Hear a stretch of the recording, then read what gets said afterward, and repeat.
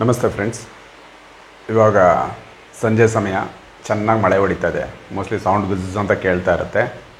Okay, ಇವತ್ತಿನ ವೀಡಿಯೋದಲ್ಲಿ just Q&A session ಮಾಡೋಣ ಅಂತ. ನೀವು ತಮ್ಮನೇಲಿ ನೋಡಿರ್ಬೋದು. Question and answer. ಕೆಲವರು ಕಮೆಂಟ್ಸ್ ಎಲ್ಲ ಬ್ಯೂಟಿಫುಲ್ಲಾಗಿ ಮಾಡಿದ್ದಾರೆ. ಆಮೇಲೆ ಅದ್ಭುತವಾಗಿ ನಿಮ್ಮ ಸಮಯವನ್ನು ಕೊಟ್ಟು ಕಮೆಂಟ್ಸನ್ನು ಮಾಡಿರ್ತೀರ. ಒಂದು ಲೈಕ್ ಕೊಡೋದಾಗಲಿ, ಒಂದು ಕಮೆಂಟ್ಸನ್ನು ಬರೆಯೋದಾಗಲಿ ತುಂಬ ವ್ಯಾಲ್ಯೂಬಲ್ ಆಗಿರುತ್ತೆ. So welcome back to light shadow thoughts.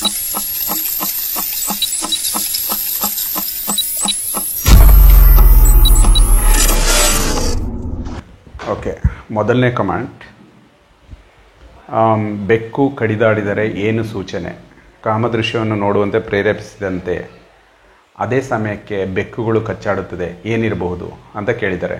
ಇದ್ರ ಬಗ್ಗೆ ವಿಡಿಯೋ ಮಾಡೋಕ್ಕೆ ಅವರು ಹಿಂಟ್ ಕೊಟ್ಟಿದ್ದಾರಾ ಅಥವಾ ಬುಡಬುಡಿಕೆ ಅವರಿಗೆ ಒಂದು ಪ್ರಶ್ನೆಯನ್ನು ಕೊಟ್ಟಿದ್ದಾರೆ ಅನ್ನೋದು ನನಗೆ ಸಣ್ಣ ಕನ್ಫ್ಯೂಷನ್ ಇದೆ.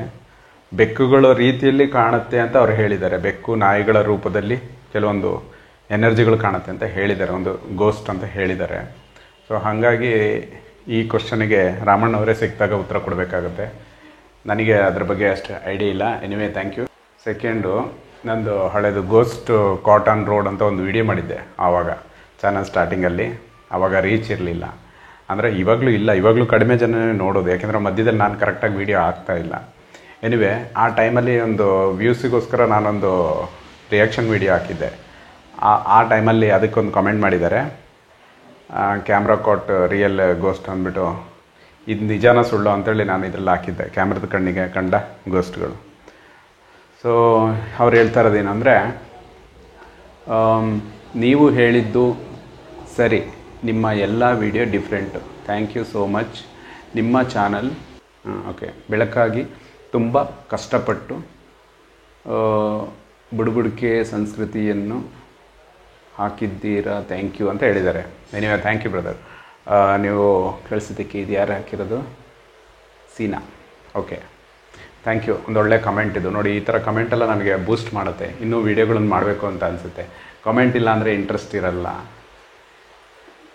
ಯೂಟ್ಯೂಬಲ್ಲಿ ಅಂತ ಏನೋ ತುಂಬ ಲಕ್ಷ ವ್ಯೂಸ್ ಬಂದರೆ ಮಾತ್ರ ತುಂಬ ಹಣ ನೋಡ್ಬೋದು. ಓಕೆ, ಕಡಿಮೆ ವ್ಯೂಸ್ ಸಿಗಲ್ಲ, ಏನು ಅಂತ ಏನು ಸಿಗಲ್ಲ. ಓಕೆ, ಇನ್ನೊಂದು ಪ್ರಶ್ನೆ. ಲಲಿತಾ ಅವರು ಕೇಳಿದ್ದಾರೆ ಕಮೆಂಟಲ್ಲಿ. ಹೌದು ಸರ್, ಅವರಿಗೆ ಏನಾದರೂ ಕೊಟ್ಟು ಕಳಿಸಬೇಕು ಸರ್. ಯಾರಿಗೆ? ಬುಡಬುಡಿಕೆಯವರಿಗೆ ಅವ್ರು ಕೇಳ್ತಾ ಇರೋದು. ನಾನು ಹೇಳಿದ್ದೆ ಬುಡಬುಡಿಕೆಯವ್ರನ್ನ ನೋಡಿದ್ರೆ ಏನಾದರೂ ಕೊಡಿ ಅಂತ, ಅದಕ್ಕೆ ಅವ್ರು ಹೇಳಿರೋದು. ಏನಾದರೂ ಕೊಟ್ಟು ಕಳಿಸ್ಬೇಕು ಸರ್. ಒಂದೇ ಒಂದು ಡೌಟ್ ಸರ್, ಅವರು ಕೂದಲು ಮತ್ತು ಬಟ್ಟೆ ಕೊಡಬಾರ್ದು ಅವರಿಗೆ ಅಲ್ವಾ ಸರ್? ಅವರು ಆ ಕೂದಲು ಮತ್ತು ಬಟ್ಟೆ ಕೊಟ್ಟರೆ ಅವರು ಆ ಕೂದಲು ಮತ್ತು ಬಟ್ಟೆಯಿಂದ ಮಾಟ ಮಂತ್ರ ಮಾಡ್ತಾರೆ ಅಲ್ವಾ ಸರ್ ಅಂತ ಕೇಳಿದ್ದಾರೆ. ಮಾಟ ಮಂತ್ರ ಯಾವ ರೀತಿ ಮಾಡ್ತಾರೆ ಅಂತ ನನಗೂ ಇನ್ನೂ ಫುಲ್ ಕ್ಲಾರಿಟಿ ಸಿಕ್ಕಿಲ್ಲ. ಬಟ್ಟೆ ಮತ್ತು ಕೂದಲು ಮತ್ತು ಉಗುರು ಮತ್ತು ಮಣ್ಣಿನ ಅವರು ಓಡಾಡೋ ಜಾಗದ ಮಣ್ಣು, ಈ ಥರ ಎಲ್ಲ ಅಂಶಗಳನ್ನು ಬಳಸ್ತಾರೆ ಅಂತ ಕೇಳಿದ್ದೀನಿ. ಆಮೇಲೆ ನನಗೆ ಒಬ್ಬರು ಕಳಿಸಿದ್ದಾರೆ ಒಂದು ವಿಡಿಯೋ ಮಾಟ ಮಂತ್ರದಿಂದ ತೆಗ್ದಿರೋದೆಲ್ಲ. ಅದನ್ನು ನಾನು ಅಪ್ಲೋಡ್ ಮಾಡಿಲ್ಲ ಅಷ್ಟೇ. ಅದೆಲ್ಲ ನೋಡೋಣ ಫ್ಯೂಚರಲ್ಲಿ.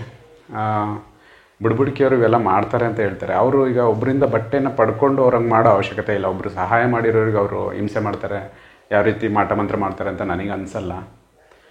ಅಂದರೆ ಹಳೆ ಬಟ್ಟೆ ಕೊಡಲ್ಲ ಅಂದರೆ ಪರವಾಗಿಲ್ಲ, ಹಣ ಕೊಡಿ ಅವರಿಗೆ ಅಲ್ವಾ?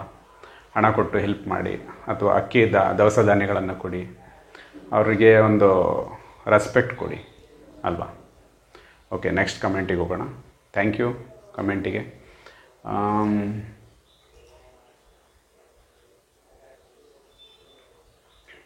ಇದು ಬುಡಬುಡಿಕೆ ನಮ್ಮ ಕೃಷ್ಣಪ್ಪ ಅವರಿಗೆ ಬಂದಿರೋದು.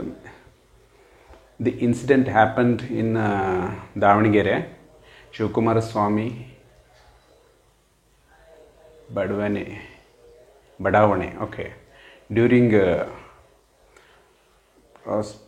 preparatory exam, they came at night and told one person will die this week in this road. After 3 days, our classmate committed suicide. Oh my goodness.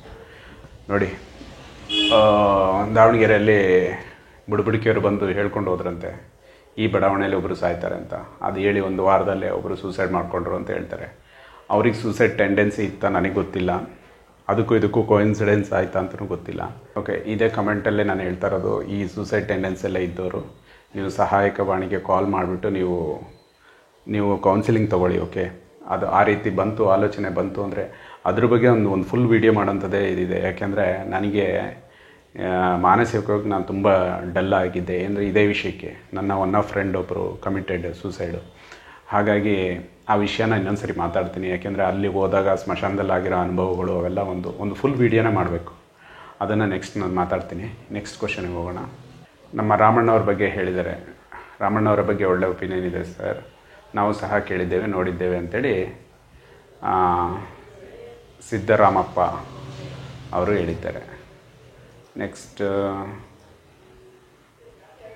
Same thing, ಈ ಬುಡ್ಬುಡ್ಕಿಯವ್ರ ಬಗ್ಗೆ ಅಂತೂ ಎಲ್ಲರೂ ಇದೇ ಹೇಳೋದು, 4:15 ಗಂಟೆಗೆ. ಹೌದು, ನಮ್ಮೂರಿನಲ್ಲಿ 4:15 ಗಂಟೆಗೆ ಸಂತೋಷ್ ಅವರು ಹೇಳ್ತಾ ಇರೋದು. ಬಂದಿದ್ದರು, ನಾನು ಕೇಳಿದ್ದೆ, ಊರಿನಲ್ಲಿ ನೆಕ್ಕಿನಿಂದ ಬಂತು. ಒಂದು ಹೆಣ್ಣಿನಿಂದ ಒಂದು ಗಂಡಿಗೆ ಸಾವಿದೆ ಅಂದರು, ಅದು ನಿಜ ಆಯಿತು. ನೋಡಿ, ಒಬ್ಬೊಬ್ಬರು ಆ ದುರ್ಗಸ್ಥಳ ಆ ವಿಡಿಯೋಗೆ ಎಲ್ಲರೂ ಅವ್ರವ್ರ ಪ್ರಾಬ್ಲಮ್ಗಳನ್ನು ಕಮೆಂಟಾಗಿ ಕೊಡ್ತಾ ಇದ್ದಾರೆ. ಆ ದೇವರು ಅದನ್ನೆಲ್ಲ ಪರಿಹರಿಸಲಿ ಅಂತೇಳಿ ನಾನು ಬೇಡ್ಕೊಳ್ತೀನಿ. ನೆಕ್ಸ್ಟ್ ಹೋಗೋಣ. Okay, one of interesting comment ಇದು. ಕರುಣಾಕರ್ ಹೆಗಡೆಯವರು ಹೇಳ್ತಾ ಇರೋದು, ಮೂಢನಂಬಿಕೆಗೆ ಮಿತಿ ಇಲ್ಲ.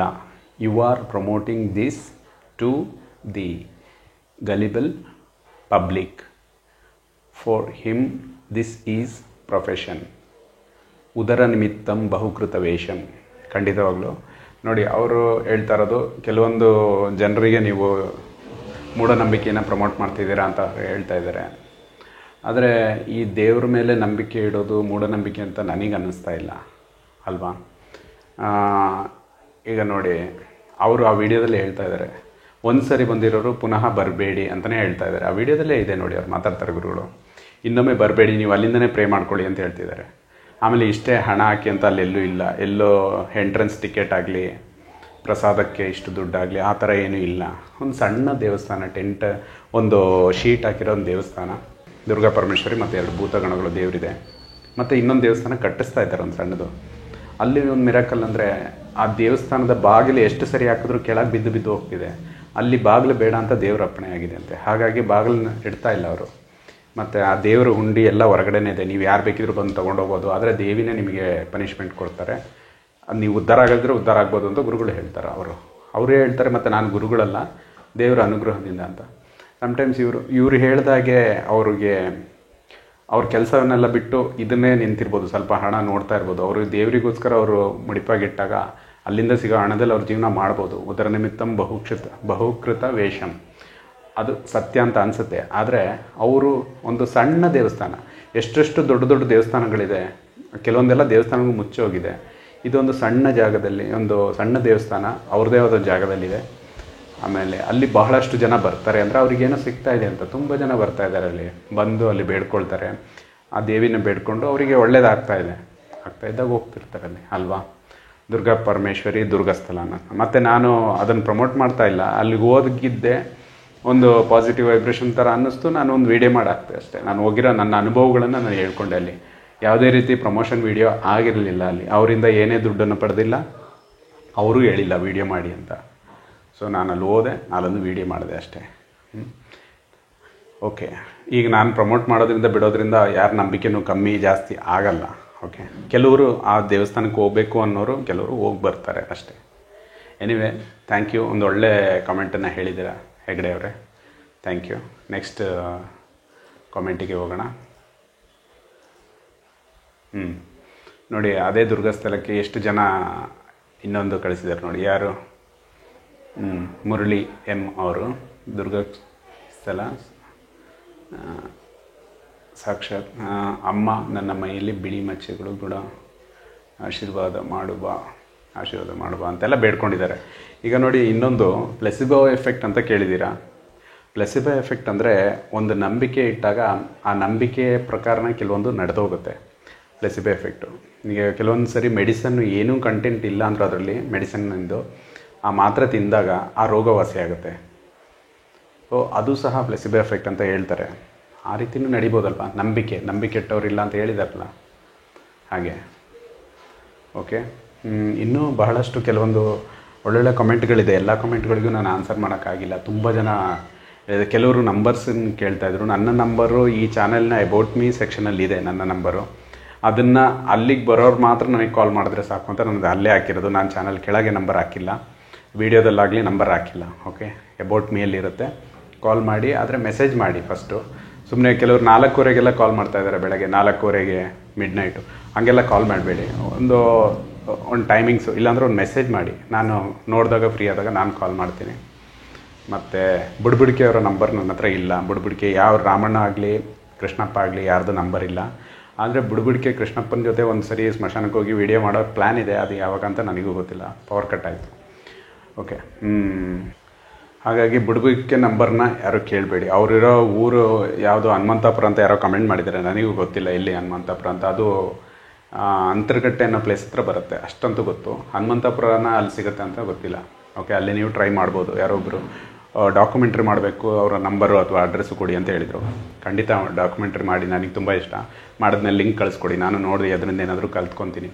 ನನಗೂ ತುಂಬ ಆಸೆ ಇದೆ, ಒಂದು ಡಾಕ್ಯುಮೆಂಟ್ರಿ ಮಾಡಬೇಕು ಇವ್ರ ಲೈಫ್ಗಳ ಬಗ್ಗೆ. ಹೆಂಗೆ ಅವ್ರ ದಿನಚರಿ ಸ್ಟಾರ್ಟ್ ಆಗುತ್ತೆ, ಹೇಗೆ ಅವರು ಒಂದೊಂದು ಮನೆಗೆ ಹೋಗ್ತಾರೆ, ಹೇಗೆ ಅವರು ಆ ದಿನ ಎಂಡ್ ಆಗುತ್ತೆ, ಅವ್ರ ಲೈಫ್ ಹೆಂಗೆ ನಡೆಯುತ್ತೆ, ಎಲ್ಲ ಪ್ರತಿಯೊಂದು ನನಗೆ ಒಂದು ದಿನನಾದರೂ ಒಂದು ಡಾಕ್ಯುಮೆಂಟ್ರಿ ಮಾಡಬೇಕು ಅಂತ ಆಸೆ ಇದೆ, ಈ ಥರ ವಿಷಯಗಳನ್ನೆಲ್ಲ.